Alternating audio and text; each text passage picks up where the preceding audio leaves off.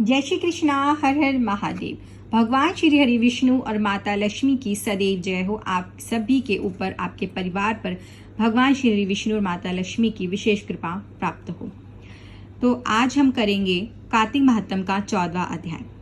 नारद जी ने कहा, जब देवताओं ने उसे सबको अपने अधीन रखकर राज्य करते देखा तो उन्होंने मन ही मन भगवान शिव का स्मरण किया। तब शिव जी ने मुझे बुलाकर देवताओं का दुख सुनने के लिए देवपुरी भेजा। सभी देवता मुझे देखकर अपने अपने दुखों को बताकर उन्हें नाश करने की प्रार्थना करने लगे।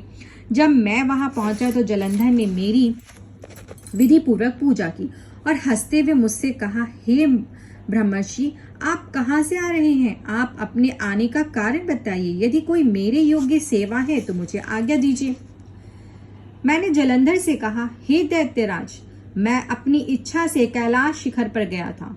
वहां मैंने पार्वती के साथ बैठे हुए शंकर को देखा।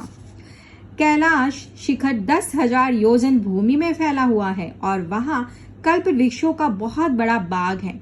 उसमें सैकड़ों कामधेनु हैं और वह रत्न मणियों से प्रकाशित हो रहा है। मैं सोचने लगा कि त्रिलोकी में ऐसी समृद्धि और कहाँ है। तभी मुझे तुम्हारी समृद्धि का स्मरण हो गया और उसे देखने की इच्छा से यहाँ तुम्हारे पास आ पहुंचा हूँ। अब मैं सोचता हूँ कि शिवजी ही त्रिलोकी में सबसे अधिक समृद्धिशाली हैं। तुम्हारे यहाँ सब कुछ होते हुए भी पार्वती जैसी सुंदर स्त्री रत्न नहीं है। यद्यपि अप्सराएं और नाग कन्याएं आदि तुम्हारे घर में विद्यमान है, पर वे निश्चय ही पार्वती के समान नहीं है। अतः पार्वती जैसी स्त्री रत्न के भोगने वाले शिवजी ही समृद्धिशाली हैं। हे राक्षस राज, यद्यपि तुम बहुत से रत्नों के स्वामी हो, फिर भी तुम्हारी समृद्धि शिव जैसी नहीं है। ऐसा कहकर जब मैं वहां से चला आया तब जलंधर पार्वती के रूप की चर्चा सुनकर काम ज्वर से पीड़ित हो गया। देवर्षि नारद जी बोले, इसके बाद जलंधर ने सिंहिका के पुत्र राहु को दूत बनाकर शिवजी के पास भेजा। राहु ने वहां पहुंचकर नंदी द्वारा अपने आगमन की सूचना शिवजी जी को भिजवाई और नंदी के कहने से राहु महादेव के पास गया। महादेव ने आंख के संकेत से उसे अपनी बात कहने के लिए कहा तो वह बोला, हे वृषभ ध्वज, जिसकी देवता और सूर्य आदि सेवा करते हैं, जो तीनों लोकों का राजा है, उस राक्षस राज जलंधर की आज्ञा को सुनिए। उनका संदेश है, पार्वती तुम्हारे योग्य नहीं है, क्योंकि तुम शमशान में रहते हो, नंगे शरीर से रहते हो और उस पार्वती के शरीर की कांति सोने के समान है। मैं रत्नों का स्वामी हूं और पार्वती स्त्रियों में रत्न है, अतः वे मेरे ही योग्य हैं, तुम्हारे योग्य नहीं। राहु यह कहकर ही रहा था कि शिवजी जी की भोग के बीच से एक भयानक गर्जना वाली आवाज निकली और व्रज के समान दृढ़ पुरुष प्रकट हो गया।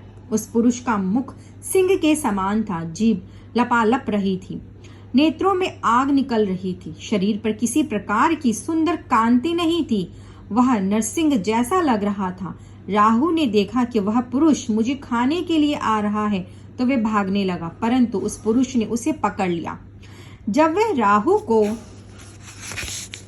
पकड़कर खाने लगा तो भगवान रुद्र ने उसे रोकते हुए कहा, इससे मत खाओ, दूत पराधीन होता है। भगवान रुद्र की बात सुनकर उसने राहु को आकाश में छोड़ दिया और भगवान रुद्र से प्रार्थना की, मुझे भूख बहुत सता रही है, हे देवेश, मुझे आज्ञा दीजिए कि मैं क्या खाऊं। रुद्र बोले, तुम शीघ्र ही अपने हाथ पांवों का मांस भक्षण कर लो। शिव की इस प्रकार की आज्ञा पाकर उस पुरुष ने अपने हाथ पांव का मांस इस तरह खाया कि केवल उसका सिर ही शेष रह गया।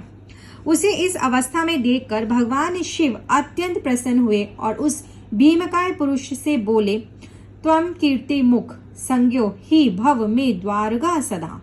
आज से तुम्हारा नाम कीर्ति मुख होगा और तुम मेरे द्वारपाल बनकर रहोगे। तब से कीर्तिमुख शिवजी जी के द्वार पर स्थित रहता है। पहले कीर्तिमुख का पूजन होता है।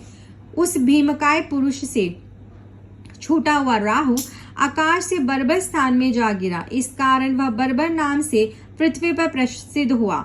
इसके पश्चात राहु ने स्वयं का नया जन्म हुआ समझा और जलंधर के पास सारा जाकर वृत्तांत सुनाया। भगवान श्री हरि विष्णु और महादेव की सदा जय हो। जय श्री कृष्णा, हर हर महादेव। फिर मिलते हैं कल अगले अध्याय में।